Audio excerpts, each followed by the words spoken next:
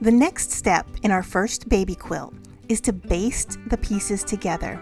Now, a beginner quilt is made up of 3 layers: the backing, the batting, which is the middle, and the decorative top panel. Basting the quilt is a very easy step, and this is going to attach all 3 pieces together to get it ready to be quilted. So this is going to be a pretty fast lesson. Now, there are lots of different ways to baste your quilt, and I'm going to show you what I think is the easiest way for a beginner project by using these basting pins.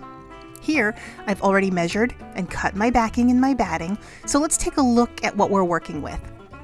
To keep this as easy and simple as possible, I got both the backing and the batting from Walmart in the sewing section, and I'm just using 2 yards of white poly cotton for the backing, and you can get this pre-cut in a little bundle for about $5. You do not need to use the full 2 yards, but we are going to be using this for the backing, and we're also going to be using it for the binding, just to keep this as simple as possible. So once we cut this, do not throw away the extra fabric.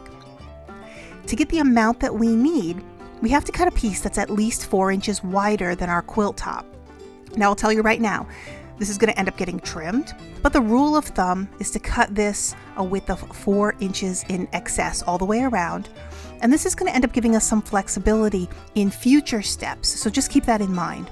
So our standard rule is that the backing needs to be 4 inches larger all the way around, and if you do happen to cut more, that's perfectly okay.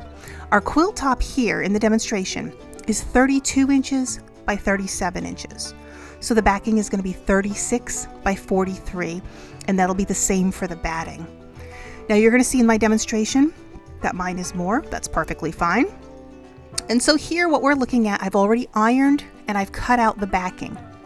Now, like I mentioned, I'm using a solid white poly cotton, and there's no difference here for this particular fabric between the right side and the wrong side.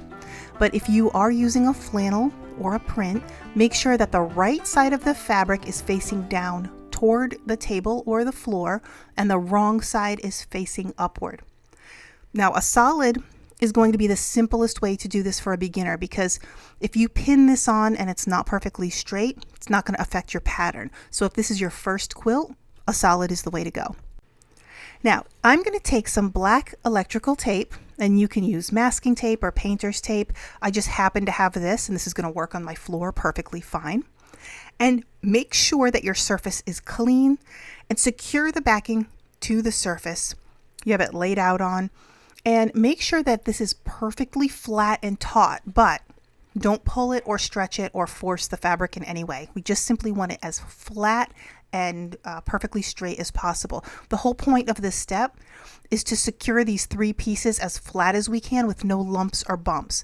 So tape the edges of the backing to the floor or the table so that everything is perfectly flat. Next, we're going to lay the batting on top of the backing. And again, I'm using another Walmart product. This particular brand is called the Fairfield Crafter's Choice Poly Fill Batting. This comes in a 40 by 60 inch piece, so we do have to cut this a little bit smaller. Again, this piece is cut at the same size of the backing, so it's also, in my case, 40 by 45 inches. You don't need to know that. Just remember whatever size quilt top that you made, that yours goes out an extra 4 inches all the way around.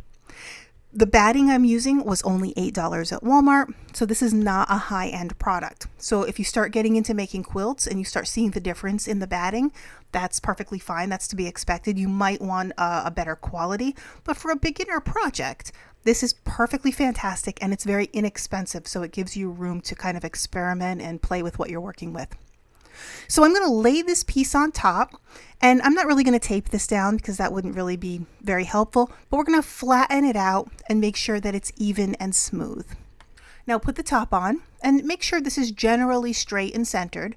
And remember, all these pieces are already ironed and we want them to be completely smooth. So once this is flat and smooth, we're going to take this basting pin. Now this is just a safety pin that has a certain type of bend in it. If you're looking for these, you can find them on Amazon, and you just type in quilting basting pins and you'll get exactly this little safety pin. And we're going to pop one of these directly into the center of each square. And we're going to make sure to go through all 3 layers and fasten the pins. And we're going to do this with all 45 squares.